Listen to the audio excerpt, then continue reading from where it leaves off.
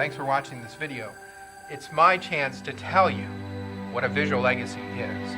We've encountered many middle-aged daughters and sons who want to do something on their parents. And they're not even sure what the format should be. It's like, well, I don't know, we should videotape them, we should audio tape them, we should write this stuff down. They have wonderful stories. They have a very full and rich life, and I want to get that for my children and their grandchildren and their great-grandchildren. That's the whole idea behind this. It's taking experiences, it's what they have learned, what they have become because of that, and then to pass that on to posterity with advice and with wisdom and with testimony and with faith and with hope for their posterity. So a visual legacy is what you want. We just gave it a name so that we can promote it and move it around and market it and sell it and all that kind of stuff and give it away. But what it really is the solution for what you're looking for. Let's get you on the calendar. The sooner the better. You're already pushing the envelope in terms of your age, perhaps. We never know. I'm in that zone right now. I'm in my later 50s. I could die tomorrow. We don't know, do we? And that's the whole beauty of the plan, I guess, is we die when we least expect it. Now that you're on the calendar, what can you do to prepare? Well, maybe nothing. Some people have spent some time preparing. Some people have made some notes. They wrote down some things that they wanted to make sure they covered, but we try not to have it in the shot. We don't want people to be telling their life story from their notes. No. It's in your head. Then a couple days before, maybe a week, we'll get back to you, contact you, email you, and say, hey, are we still on? Or is the good timing good? All that kind of stuff. And then the day of, we turn up. We'll need just a few minutes to get maybe a couple of lights set up and a microphone. Most of the time we use a little lavalier microphone, both on you and the person doing the interview, which is often me. Find a nice location, something that looks pretty, maybe in a nice comfy chair, in front of a fireplace, maybe put the right pictures in the frame, or maybe not. Maybe we're out in the backyard. We want you to look good. We want you to sound good. We want the video to be its best. And then we just start into it, and I'll ask basic questions. Birth, siblings, parents, your oldest ancestor, first memories. And then we get into the school years, and I ask you things like, tell me about school. Some of the questions are that general. They are just one word. I've got a list of them, and I can send you the list. But we don't want to push our agenda. We don't want to ask you a question like, who was your favorite teacher? You'll have to take 5 minutes just to think it through. But the bottom line is, it's a chronological highlights of your history, and very simple, and very little preparation that needs to be done. And even though we have a very organized method to get that story, we can modify it. We can spend more time in certain areas. We can spend less time, or we can spend no time. Some people do not want to talk about a divorce. Some people do not want to talk about certain experiences. Let us know ahead of time, we won't. And even if these areas do come up, that's okay. The editor is your friend, and we can edit things out. I once read a book on capturing or writing down your memoir. And the advice, which I think was pretty good advice, was go ahead, get it on paper, put it out there. Just get it out of your system. It's good therapy. But you don't have to publish it.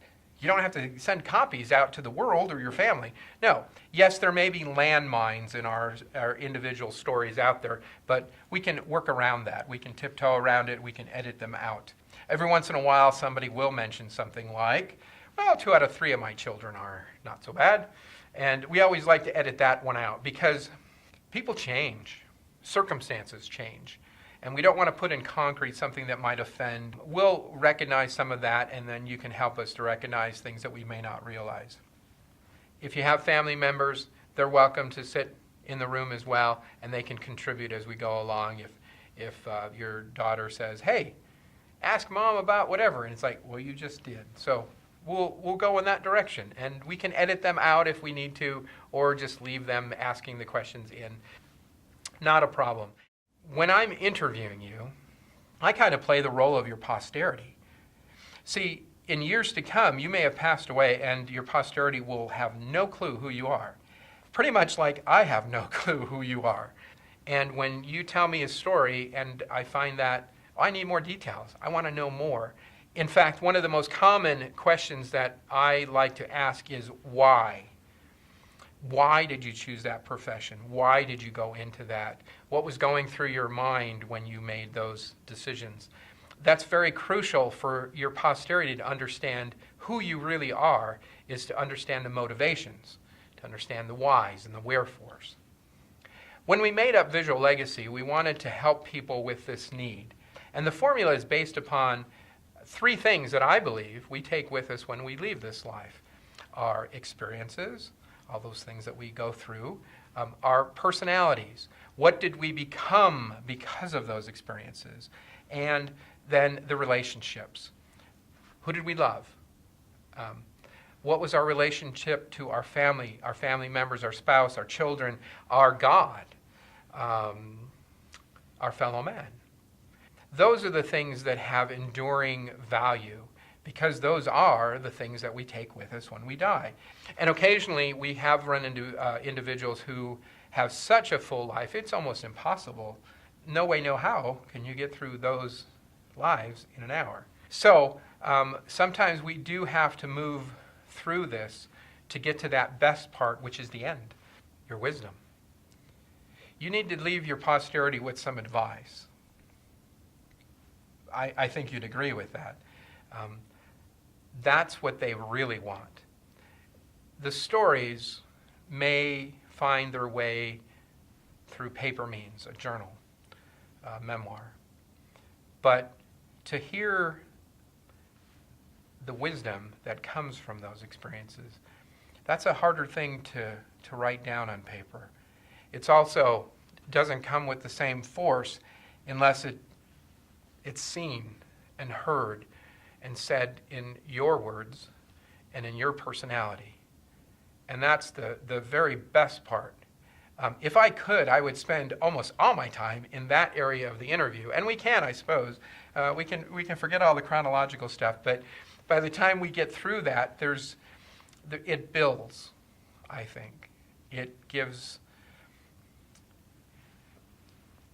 evidences for your beliefs, for your wisdom. Those are the steps. We schedule it, we remind you, we turn up, we get set up, we do the interview, and have a wonderful time, and then we go away and we'll do some editing and we'll deliver to you digital formats. DVDs are pretty much on the way out. So we deliver everything digitally. We'll put this online. We'll create some links so that you can then forward that on to family members, and they can both watch it there, they can also download it there. Everything that we create for you digitally is yours. Well, let's say we give you the little USB. You can copy this yourself. You can buy your own USBs and put them on there. We want you to have this document, this video document, that in one sitting, your family members, your posterity can see who you are, what you've been through, what you became, and some great advice. The record that you always intended to have. You just don't know what it is yet. It is a visual legacy.